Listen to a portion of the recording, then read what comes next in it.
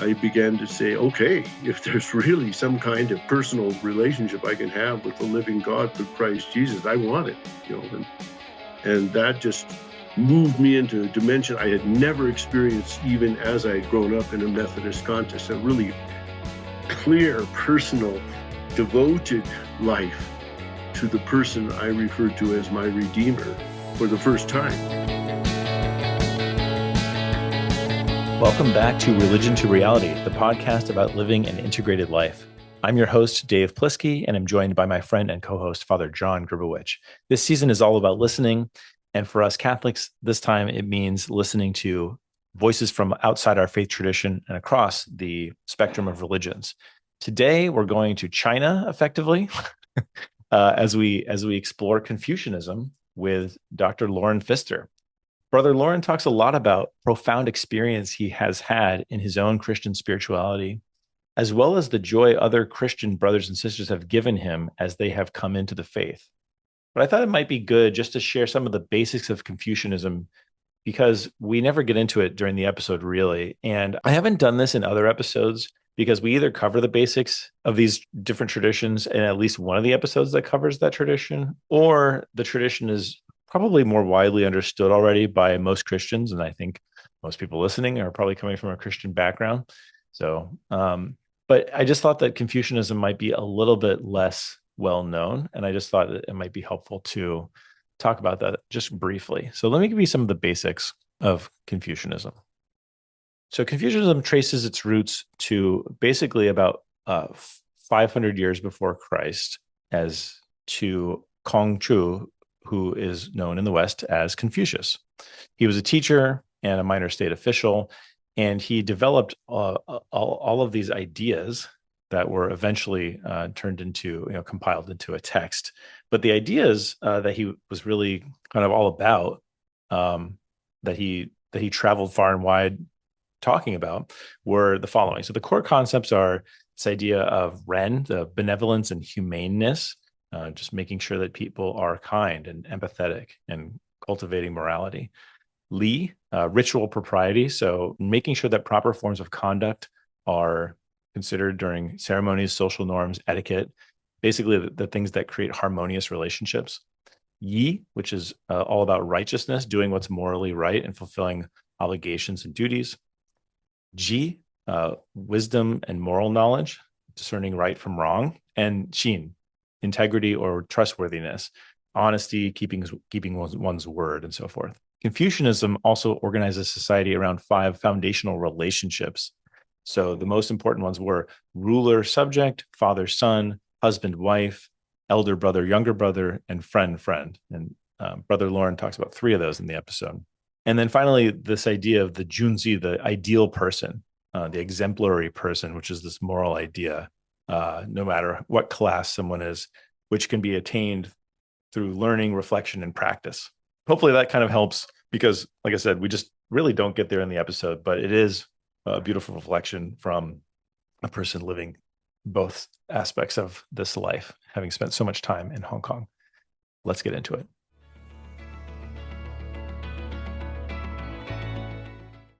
Now we get to talk to Dr. Loren F. Pfister.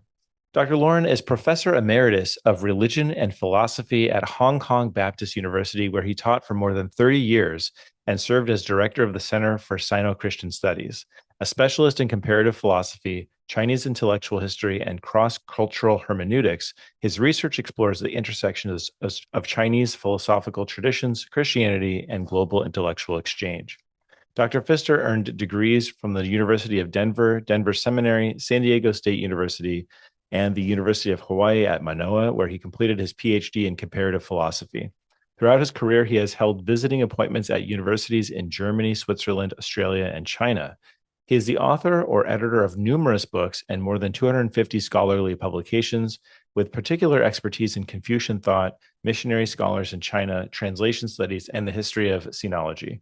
His work on figures such as James Legge has made significant contributions to the understanding of cross-cultural scholarship between China and the West. Today, Dr. Pfister serves as a mentor, researcher, and co-founder of the Hephzibah Mountain Aster Academy in Colorado, a nonprofit center dedicated to cross-cultural humanities research and scholarly development. Dr. Lauren, welcome to the show. Thank you so much. So, where we like to usually start, and today's no different, is just to hear a little bit about your background. Whatever you'd like to share, especially, as it relates to kind of your spiritual journey. We'd love to hear how that went in your life.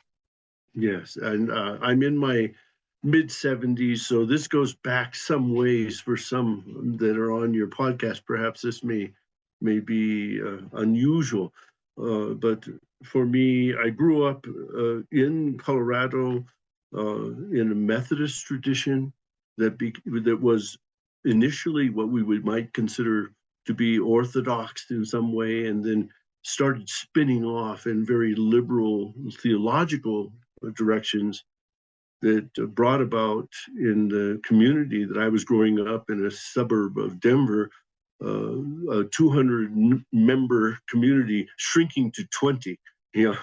Wow. And just it was a traumatic move. I began my university career in Denver in 1969 during the anti-government movements, so that the first year of my university life as an undergraduate was punctuated by what they called Woodstock West, where we had 15,000 protesters literally camp on our campus, and I watched from a science tower as police and Army reserves started arresting all these people from all over the nation. And it was such a traumatic period. It was, for me, a period of intense reflection, because I had actually earned in the first year of my undergraduate degree an appointment to the Air Force Academy. I was just a normal U.S. geek kid, and I was thinking, okay, I'm going to jump right in, and I was the first of 4 children in a lower middle class, American family, and wanted to help my family as well as serve my country. And for the first time in my life, I started asking, because I was told, if you take up the appointment, you will be dropping bombs on people in Vietnam. And I had never really considered what it would mean to kill someone, And this just brought immense depths of questioning in my life. And I was approached during those times while I was in the University of Denver campus by members of a group called Campus Ambassadors. It was a Baptist mission group on university campuses, and heard one lecture by a Christian historian named Bruce Demarest. And that was a life-changing experience for me.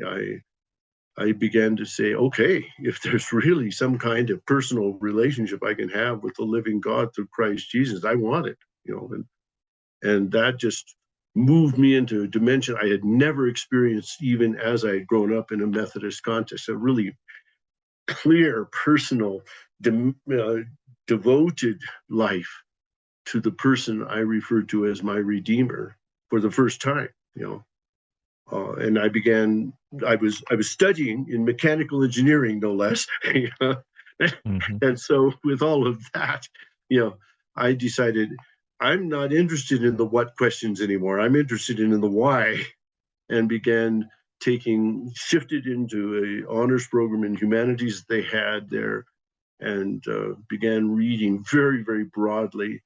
And 2 of the figures that really just grasped my spiritual urgencies at the time were Dietrich Bonhoeffer and Søren Kierkegaard. These 2 figures from European settings, the Danish philosopher, very creative and very strange person, and Dietrich Bonhoeffer being one who, determined himself to be standing against Hitler and later lost his life for it.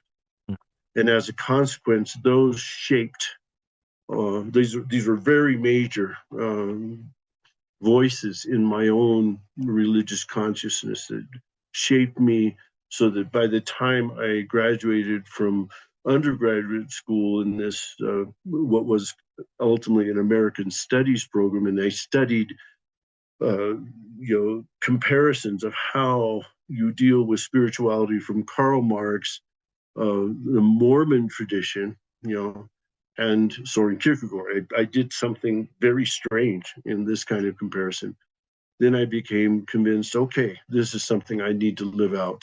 And so I spent a year in campus ministry in the Denver area with the campus ambassador movement, and then continued that while I began a Master of Divinity, at Denver Seminary, what is now called Denver Seminary, and was trained under theologians. The ones that had the most impact was Gordon Lewis and Vernon Grounds, people who were really astounding, theologically informed and incredibly gifted teachers. At the seminary was also a former Chinese missionary named Ralph Covell, who worked in 4 Chinese languages. He's a brilliant linguist, was the editor of Missiology. I didn't know at the time, but, because he never promoted it, but he was just a very, very substantial cross-cultural, scholar. And once I had finished my PhD and was committed to go to Hong Kong, Ralph Covell just immediately linked up with me, sent me books, one particular book that was very important for orienting me to the Hong Kong history and its Protestant traditions, and then came to our home. My beloved wife is a Filipino American, whose parents left the Philippines to get out of war zones, and so when we headed back, and they were, both my parents and her parents were saying, "Why are you going back? This is next to Red China," and the American vision of what the East was profoundly important for them. But we were invited to go to Hong Kong Baptist College in 1987. 1989 was the Tiananmen Massacre. And I was very involved in speaking publicly on the campus with other of my colleagues, most of them being Chinese, about the hope for a democratic transition in China. And June 4th was a Sunday morning. And I'll never forget it. It was so profound. We were in our Cantonese-speaking Baptist church, and that morning, the person who was our deacon was also the president of our university, a lifetime deacon. And he got up, and that morning, as he initiated the service, he started to pray and wept publicly on the microphone in front of everyone. As the president of he wept and mourned for the loss of lives that had happened in Tiananmen. And the whole community wailed for 5 minutes. I've never heard anything like it since then, but it was so profound to me. I said, these people know how to love, and they care, and they are Christians who I love. And so from that moment on, we committed ourselves. It was that event that made it possible for me to say, okay, we're not going to follow the American dream. My beloved wife, who wanted a house in the US, and wanted to live out, normal kind of stability, we just gave it up and said, no, we will live here. This is our home. This is our spiritual home. And they were extremely gracious to me as a person who wanted to be learning Chinese. And I never went to China before I finished my PhD. I came there, and then I had studied what we call Mandarin, which is Putonghua in Chinese, and they were speaking Cantonese, which is a completely different language. So it was a totally frustrating situation of readapting to a readaptation, and trying to engage intellectually. But over 30 years, that is and is now still our spiritual home. Hong Kong is a place that is, as our children learn to say, we have 5 homes, and we can go to any of them, and live in them. And it's really, that is true. We still maintain the deep conversations that we have with 3 to 4 generations of families in our Cantonese Baptist community there. And then I have been granted gifts that make it so that I'm treated as a Chinese colleague and not just as a foreigner who taught there. And that is extended into other parts of China because of my Chinese teacher, Xiaojing, who was in Hong Kong.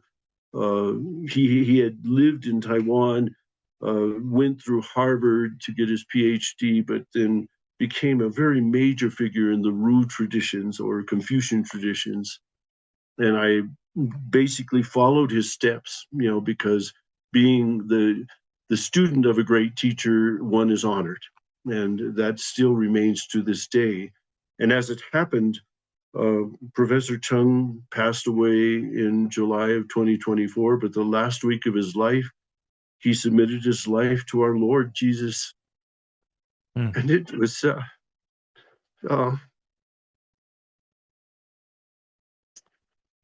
that was so profoundly unexpected, to the point that even scholars in China, he'd been given by the Chinese Communist Party the title, the Light of China. As a Taiwanese, intellectual who didn't follow, he was not a communist country. And yet he had come to the convictions that his life he had broken as much as he had built. And he had been listening to Chinese Lutheran, teachings, and a pastor who was at Honolulu, and he and his wife had been going once a month, basically, to that community, and then came across, because of the generosity of others, Norman Geisler's systematic theology, and the Prolegomena was just right at the edge of all the philosophical questions he had been asking for decades. And with all this, and another colleague of mine, a classmate named Liang Yinxing in Cantonese, or Liang Yanchang, who left Hong Kong due to political pressures on his religious life and went to Vancouver. The two of us had engaged him for years in questions about Chinese philosophy and Christian theology. And he became a Christian. And it has made the last 2 years particularly profound and poignant. So this is great, because I love that you're telling the story of these Chinese people that you've met along the way who become Christian, and it makes me wonder, you've become a scholar of Confucian scholar. Has your Christianity has it evolved as you've spent time in China? And would you call yourself a Confucian also, or how do you look at that? Yeah, it's perfect you asked that, because I just spoke on this last month. I call myself a Ruified Christian. I mean, Ru is the term used for what we call Confucian.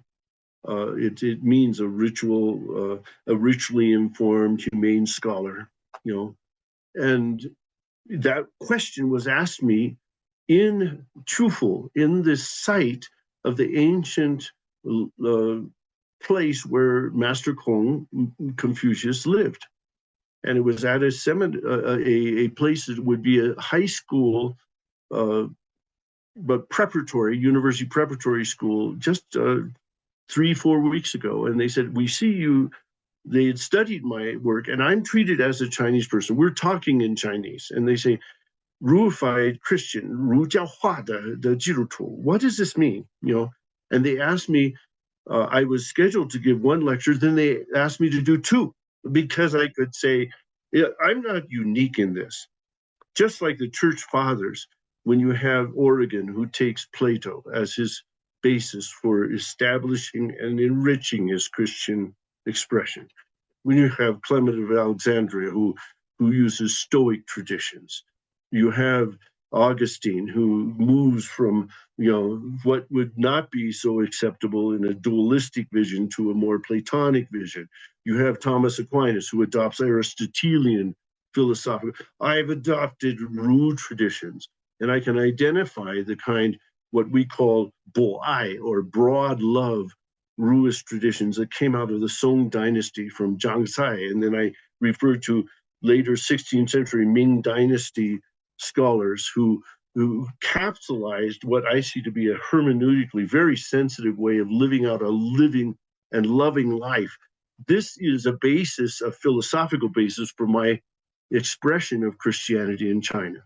And so, yes, that's very self-conscious, and I'm not unique in this, but it is something that is unusual in a contemporary China that now has moved into the post-secular vision, where you have a communist ideology leading what would be the political vision, but many, many more complicated cultural experiences in China per se at this time. And this is one of the options.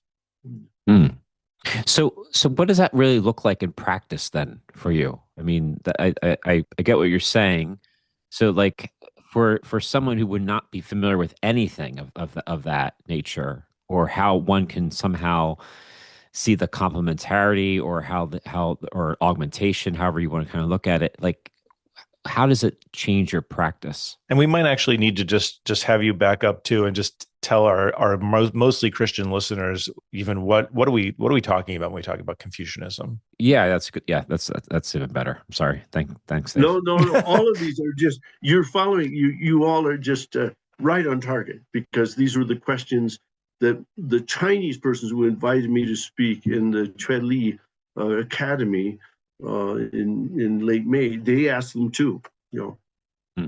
First of all, what we call Confucianism, per se, is a vast tradition like Christianity. Now, even in the American Academy of Religion, we talk about world Christianities in the plural, because there are different life forms, there are different exemplary figures and saints, there are different works that inform the way in which a particular person who follows that sub-tradition within Christianity, for example, the Jesuits I deal with would be Ignatius Loyola and spiritual exercises. So you have these different schools also in the Ru tradition. The more rationalized traditions are dominated by a very major figure. I call him the Aquinas of Chinese Confucianism, and that would be Zhu Xi, or Chinese Ruism. I tend toward one more that is more not empathetic oriented rather than rationalistic oriented. And that one, the key figure in the Song dynasty, same period as Zhu Xi, but a little bit earlier, was a person named Zhang Cai.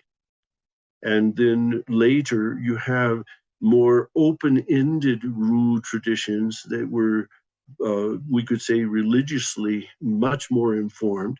You have monotheistic traditions and ancient Ru traditions. They get mixed into much more polytheistic and sometimes even non-theistic expressions.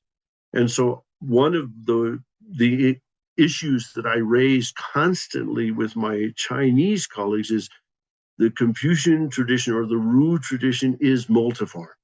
And I am making very selective forms that fit my particular orientation as a Trinitarian theist, engaging theistic Ru traditions that I now find a fulfillment in and an enrichment by, and I can express in Chinese things that now can be experienced and lived out through both biblically informed and later traditions of Ru teachings and Christian life in China.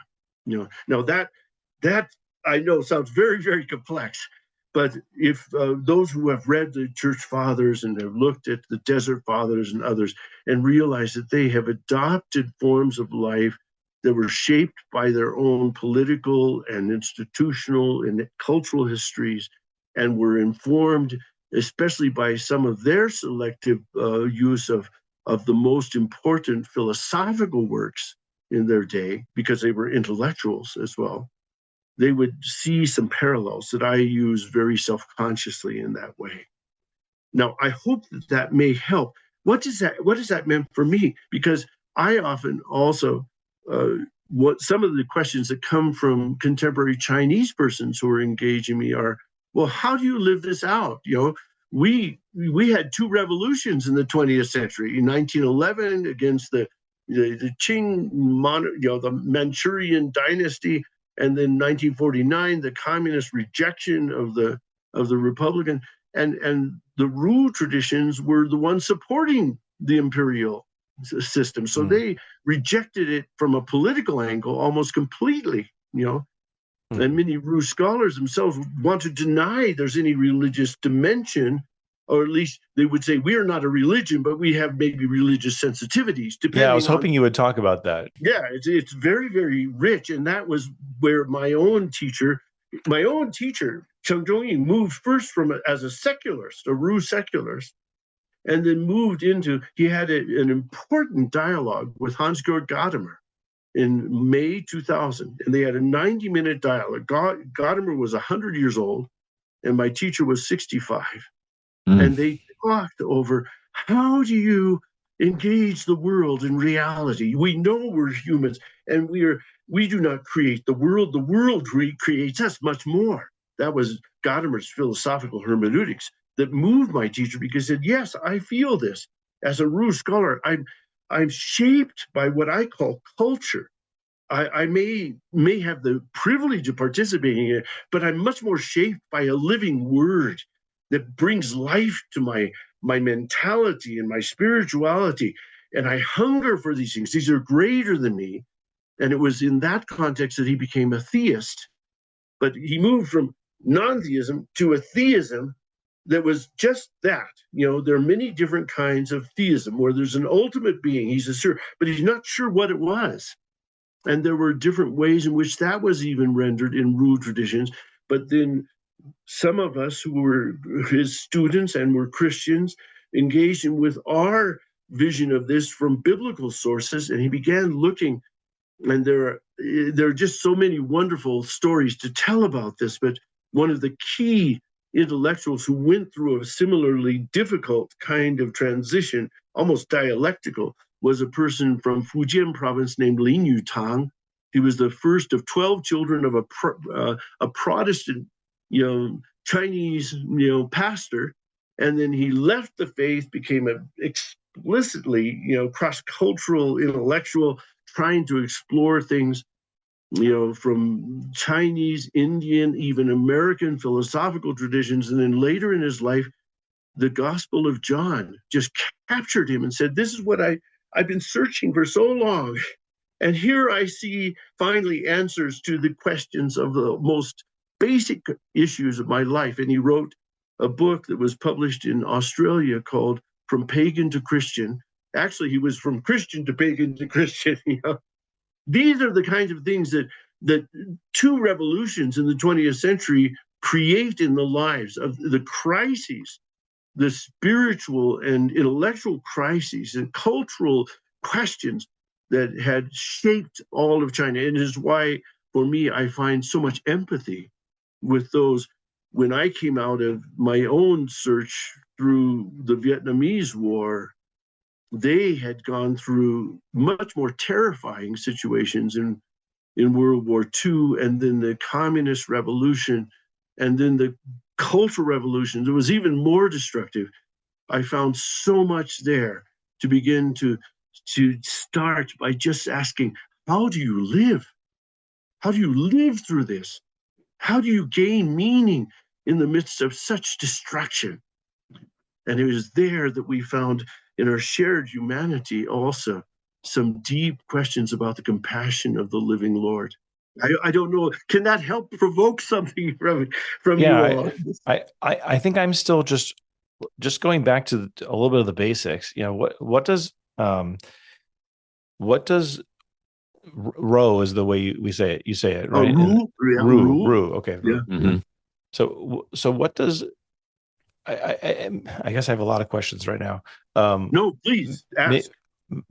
One is, what would the practice of living the way of Ru look like for a Chinese person maybe long ago, but maybe even before Taoism kind of came on the scene and before Buddhism came on the scene. Like, I'm curious, like what that would have been like. It's just as in its maybe pure form, if we could call it that, and then maybe what it looks like then when these other traditions come in, and then maybe what it looks like now, I guess is a question. Okay, very good, and very. I think I can handle that in a way that might be helpful. And allow me to make some parallels. These are overgeneralizations, but at least they set up some ways that we who have been brought up within Anglo-European traditions might find some points, touchstones that would provide some insight. Socrates, Plato, and Aristotle. They're three generations. Socrates was a teacher of Plato, Plato the teacher of Aristotle. And they shaped not only the Greek world, but they shaped the intellectual contours of so much of what we now refer to as, sometimes in very, very general ways, Western civilization, or you could say intellectual categories for even thinking about life for most Europeans who were able to be trained. So too, there were ancient Chinese writings that go back to the time of King David and King Solomon. They had not only, what most ancient histories did, they gave the perspective from the ruling class and from those who won wars and became to dominate the cultural orders. And in those sections, there were, in that period, the Davidic period, what we might see as the golden age of the Hebrew culture, you have the sage kings, three major kings who set kind of standards for what we would call cultural flourishing. They were kings Yao, Shun, and Yu. And these are the ones who Master Kong, who we refer to in the Latinized form, the Jesuits created, Confucius. Confucius means the master teacher, Kong. So I call him Master Kong in my own way of trying to render what that means. He honored those three sage kings 500 years before, just like someone like Daniel would honor the realities and the experience of King David and King Solomon, even though he was in Babylon as a Jewish intellectual, And it was what Master Kong created was a kind of middle class. He created an intellectual tradition that could serve this sagely vision and try to bring harmony and unity to what had become in the mainland of what we now call China. It had become 14 different states with different traditions, different histories, and battling each other viciously to the point that they were destroying each other. And what happens in that period is called the Warring States period, from about the 8th century to the 3rd century BC, is a consolidation that is ultimately controlled not by the humane vision of Master Kong, but by the military vision of a person named the first emperor of the Qin dynasty. And that militarism was so destructive, it brought uniformity to all of the 14 states and destroyed all of them and ultimately dominated it. But it also then became so harsh and so inhumane that it was rejected. And a new humane form of life was started in what is called the Han Dynasty, 200 years before the Christ. So at that point, you would have this in the Middle East, you have a growing Roman presence with Middle Eastern, Phrygian and even Medo-Persian, antagonisms, that are present. It was in that period that the vision of Master Kong began to take hold, and the character of what we now would call Imperial China was shaped by 5 major texts that he had helped to edit. And it brought about a flourishing period, the Han Dynasty of 400 years, where the first real effort at trying to create a humanistic and humane civilization that was encompassing the whole of what we would now call mainland China came into being. Now that shifts over many times, and the biggest, that's kind of the Old Testament, consolidation. The New Testament part of Ruism or Confucianism starts in the 10th century. But I think I still don't understand, zooming in at, well, we're still in that 400-year period. So let's zoom into one person's life. What are they doing now that they weren't doing before? What does this mean for them? What does the actual practice look like of what we're calling Confucianism in the West? Yeah, at that time, they had developed ritual life, sacrifices to ancestors and to other spiritual powers. All of them were beginning to be consolidated. This gets into what is called the Li Ji, or the records of the rites. So these were shaped by 2 basic conceptual powers, yin and yang. Yin was the light. We could say I want to put these in. Sometimes they're rendered in kind of gender ways. Yin is female and yang is male, but it's much more than that. It's yin is that which is shadowy, soft, flexible, and feminine. The yang is what is bright and rich and powerful. And these 2 powers are seen as creating all dimensions of the phenomenal universe. It's worked out in a systematic way, so that then there is a effort at seeking to align human life to these cosmic powers. Okay. And these cosmic powers have sometimes been given names. It's at this period that the early Taoist traditions begin to rise too, and they're looking at how do you nurture life in its most profound way. And they don't mean human life only. They mean life in its broadest sense. So you have whole new dimensions of that beginning to start. And what really becomes critical is what this yin-yang creates in human life, the outward and the inner.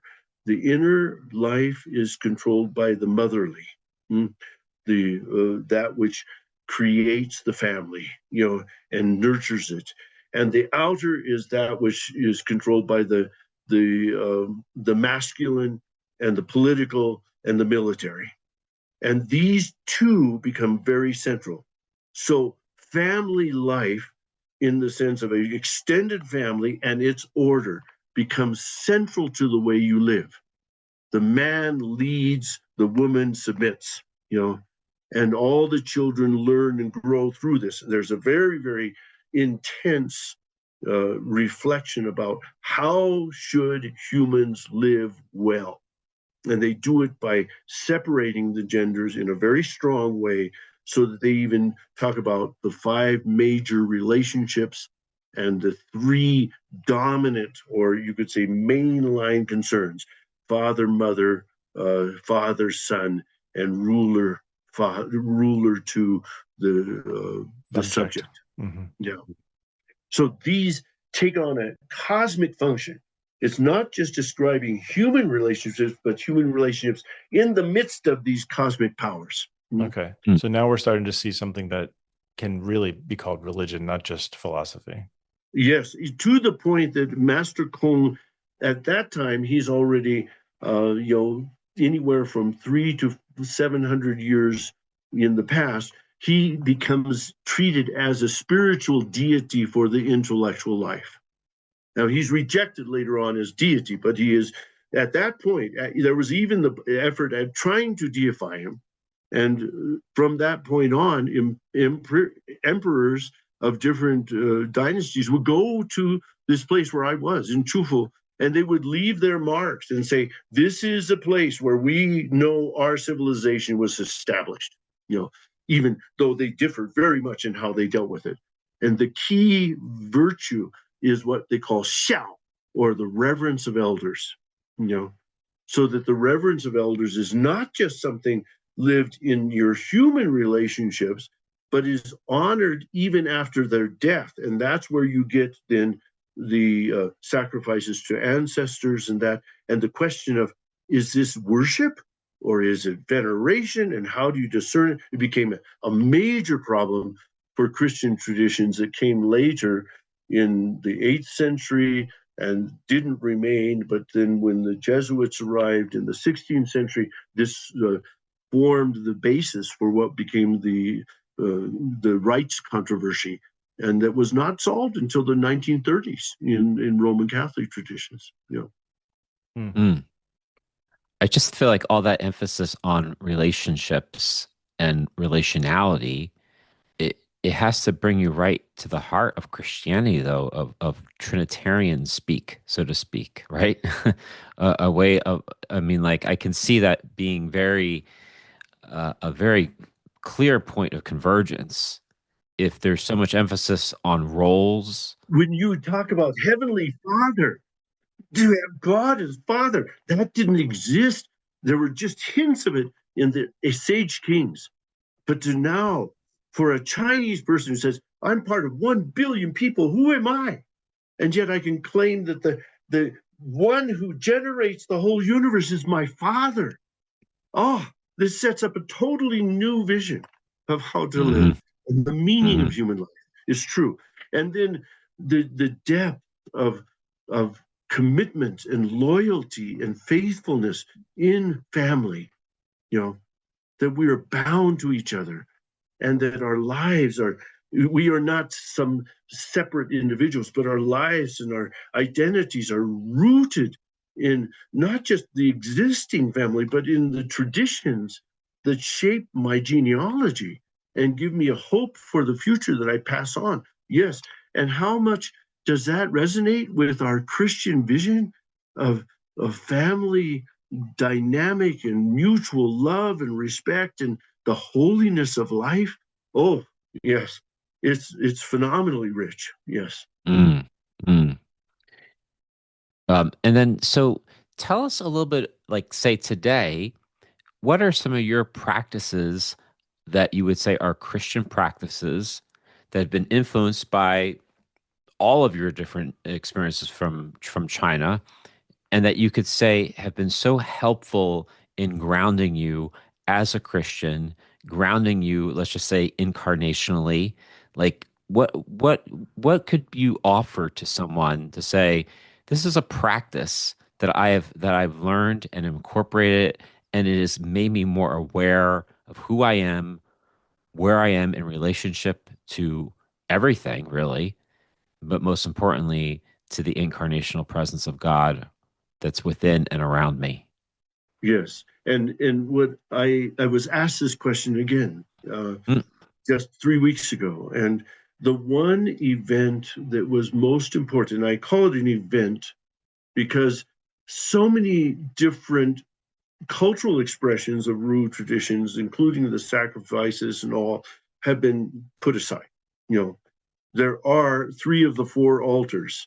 Beijing is a holy city. Many people don't know that, but there are the altars to heaven, to earth, to the sun, and to the moon. And it was in the altar to heaven on the south that the sacrifices were done to order all of cosmic areas, the moon, all of the planetary areas, and so on. And they were devoted to the august heavenly supreme Lord. Those are not done anymore in contemporary China. In Taiwan, they have some resemblance of it. But for me, what was most important was that which was much more earthly, to my human family. The devotion to one's parents after they died. We lived in Hong Kong for 30 years. And both my beloved wife Miracy's parents and my own parents passed away while we were there. And the distance, 8,000 miles from the US to Hong Kong, where we were, it was felt. And my beloved is a registered nurse, so where I could not leave my university responsibilities, I could send her, and she cared for our parents in their last days, every single one of them, with much love and much love shared. And so I wanted to symbolize that. Master Kong at one point, in a very critical moment, he said, our parents took us when we were born to the age of 3, when we could not care for ourselves, and they made it possible for us to survive. So when they die, we should honor them for 3 years. That is considered the height of true reverence for elders. Now, in the US, we had Memorial Day, but I had never had this kind of ritual expression. And I thought, how can I do this? And so I created a ritual.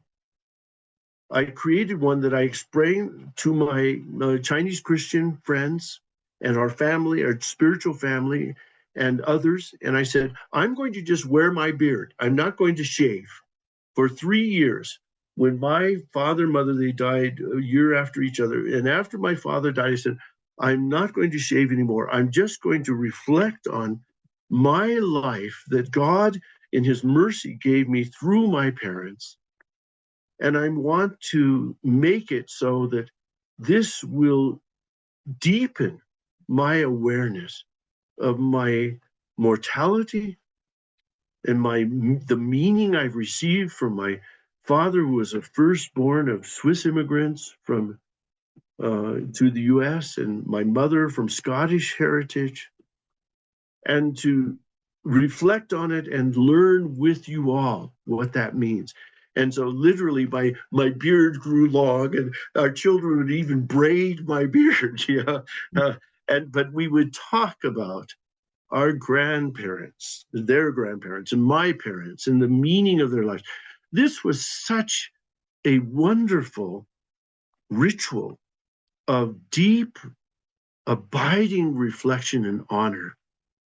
I lived it out, and we still have pictures of this hairy thing on me. And I had to look, because it's very strange. Whole beards in China look dirty. But see, this beard here, this one, they look at it as sagely.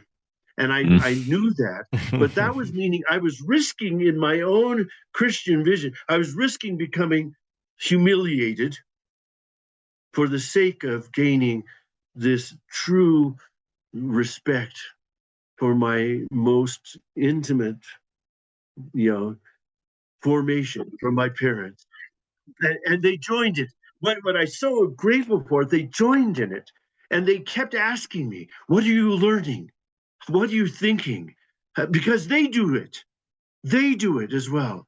And there's not the ancient form was you would actually set up a tent near the grave site of your parents, and a person wouldn't leave the tent for 24 months. I mean, they had many other kinds of concrete ways they did it. I didn't do that, but I was allowed to create this kind of ritual, and it shaped me profoundly. And it's given me great joys in sharing this with my Chinese family, spiritual family, as well as with others. But this is one very concrete matter that lasted for 3 full years. There's a question about how long actually these years were, and it wasn't 3 solar years. They were living in lunar calendars and other things of the sort. But I did it, and it was for me a transformative passage of great power, and it enriched my deep respect.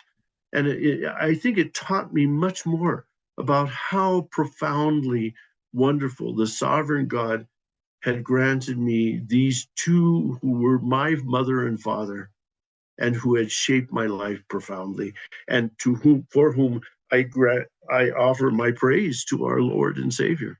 Yeah. Is that, Father John, is that helpful? Yeah. Oh, it's beautiful. It's beautiful. It's not just helpful, for it's me beautiful. the most profound. Now, there are many other things I could talk about intellectual. I could go into some depth into intellectual traditions that people here in the U.S. would not have any substantial way to feel that and to know, and how I came to it. And if I speak to a Chinese audience, I and that's what I did several weeks ago. I did in depth. I spoke for over an hour, but this would not be meaningful to those who've never studied the Confucian Analects or Mengzi or the Dashi or the Zhongyong. You just wouldn't be possible. The Shujing and others. These are traditions that most of us have never even touched. And for many Chinese intellectuals who love these traditions, they say, "What? You don't even read them? How can you be civilized?" I mean, it's like we who are Christians, particularly we Protestants, who sometimes are far too arrogant, but we come to our Roman Catholic brothers and sisters and say, "What? You don't even know the scripture? You don't even know where that quotation comes from?" We have these strange ways of rooting ourselves, but they are part of what it means to become self-conscious in our spirituality. And isn't that the greatest thing? That when we're truly spiritual, we're most humble, because we know, as Master Kong says, not only what you know, but you know what you don't know. And it's what you bring them together. That's wisdom. I want to understand better what the current situation looks like for people in the countries where Confucian thought most took root, right? We're talking especially China, of course, but Japan and Korea, and I guess Vietnam. Like these are the places that East Asia, I guess, is really where Confucian, and maybe we don't have time to even get into like why Confucianism didn't spread to other places. But I was curious, my understanding is that most Chinese would not claim to be Confucian, or they would not speak like that. Absolutely. Because they've been revolutionized. Right. It's just like saying, why would Americans want to honor the English king? Okay, that's interesting. You'd say, wow, why? We had a revolution against the king. Why would we even want to have anything? I mean, right. I can speak British. Yes, if you want me to do, or even Scottish, I can do a little Gaelic. Yeah. But, and it's not as visible either, right? Because for in China, for example, you've got Taoist and Buddhist temples, and in Japan you've got Buddhist temples and Shinto shrines or something. So there's a visibility to at least something that people do. There are Confucian temples, and there are temples to the Sage Kings, and they are part of the subculture that's a counterculture, because Mao Zedong opposed it. He wanted to get rid of it, and he couldn't. Why? Okay. Because of family. Buddhists don't have families. In the Buddhist monks, see, they left their families and they reconstruct them, but they had to deal with filial piety. How do you be filial if you're a monk? Yeah. And Taoists, they had families, but they were much more interested in a much broader vision, not human life per se, but life in a most generic sense. Yeah. And so the Ru traditions always were linked intimately to the actual concrete human relationships that created the basis for what we can call the nurturing of kultur, of true, humanely enriched relationships that become not merely familial, but societal and even cultural. So this is where, and I would say the strongest Ru traditions are in Korea. Okay. And even my Chinese colleagues who have traveled and I've been in Vietnam and in Japan to some degree. Japan is much more shaped by Buddhist traditions and the destruction, the contemporary Japanese traditions, the destruction of the imperial worship and then it just splintered in numerous ways. But Korean traditions are profoundly shaped by Ru tradition and also their Christian traditions, both Protestant and Catholic. Right. And the Koreans, a Korean man, when he enters the home, to this day, when he enters the home of his parents, he never walks in. He goes to the door, then he kneels and touches his head to the foot of the door 3 times to show the respect that is to be given to those who have granted him through their lives, his own life. And many of my Chinese colleagues are profoundly moved by this act, this ritualized vision and expression of profound piety. You know? Are there things that still are done in China that maybe people don't recognize as part of the root traditions, but that's where they get them, and we've just become so kind of postmodern that we don't recognize it for what it there is was anymore? a sociologist named C.K. Young. He called it dispersed religion, and he tried to use that way. But as a person who works in philosophical traditions, I would say if you're not self-conscious of the source of it, but you do it as a matter of cultural habit, you haven't really participated in the tradition itself. You know. Yeah. So you have these dispersed visions, and the basic one is honoring parents. But see, in root traditions, if you look at what's called the Xiaojing, the classic of reverence to elders, it has 18 chapters, and the 15th chapter says it's called remonstrance, you know, and that means if you see your elder starting to live an immoral life or a corrupt life, you must confront them and you must help them to return to the right way. That is anathema in contemporary China. You know, the paternalism and the fact of authoritarian order, you do not dare, you know, say anything against it, you know. And even my Chinese teacher, I felt obliged at times as a Christian. I could not follow him. And I told him, and he was deeply offended. He said, "How dare you do this? How dare?" But then he listened. I'm so grateful. He listened. I mean, he had to yell at me a couple of times first, but he listened, and then he changed, you know. And that's the highest level of true respect. But that is a dangerous thing to do in this day. You know, in contemporary China, if you challenge the authorities and you claim you're doing it for root traditions, they'll cut off your head. You know? Yeah. Wow. Well, you mentioned listening right there. We like to wrap up with a question that we've asked so many of our guests, which is, so this season has been all about listening for us, listening to, people from outside of the Catholic tradition. And so we wondered, how do you cultivate a posture of good listening, and ideally, listening without agenda when you are speaking with someone? Yeah.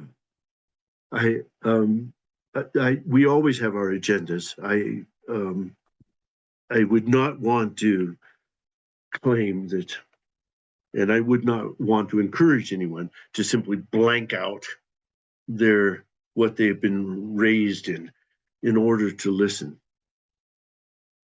But yeah, this is a great question. I don't know if you are self-conscious of this, but Hans-Georg Gadamer himself, when he was 101, wrote an essay on listening.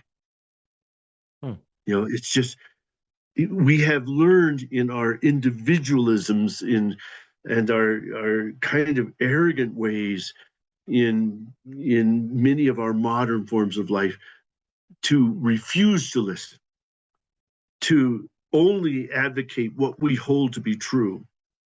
And as a result, we create enmities.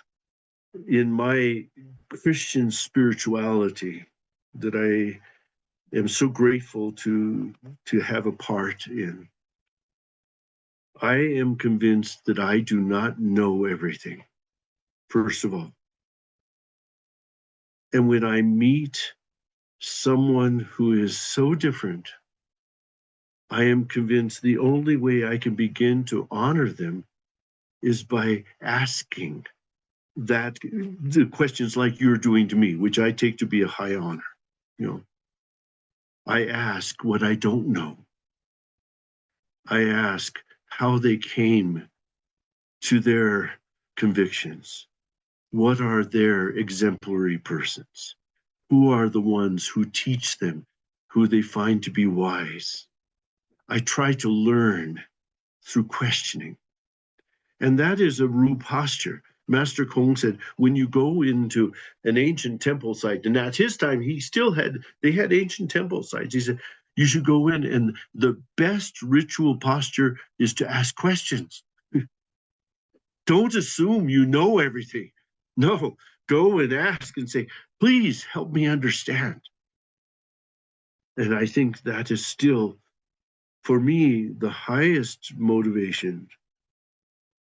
I can only love what I know is a true need or a true hope in another. If I don't listen, how can I know what they need and what they hope? Amen. Amen to that. Beautiful. Brother Lauren, this has been a joy. Thank you so much for joining us. Thank you. Thank you.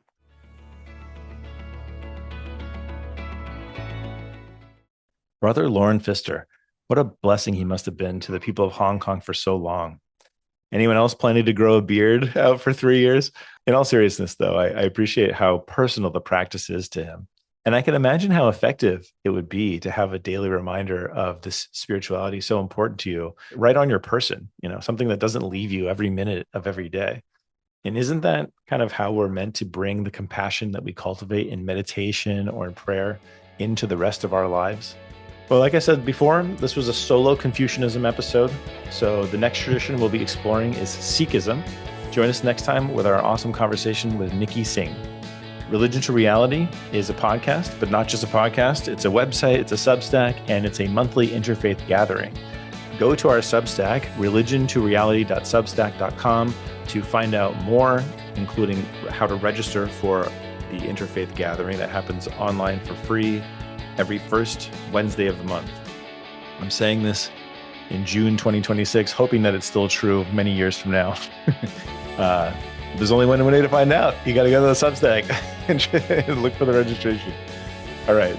Religion to Reality was created and is executive produced by me, Dave Plisky, and is produced and edited by Nick Strapoli and Connor Donnelly. You can find the show notes and other resources at religiontoreality.org. Subscribe wherever you listen to podcasts.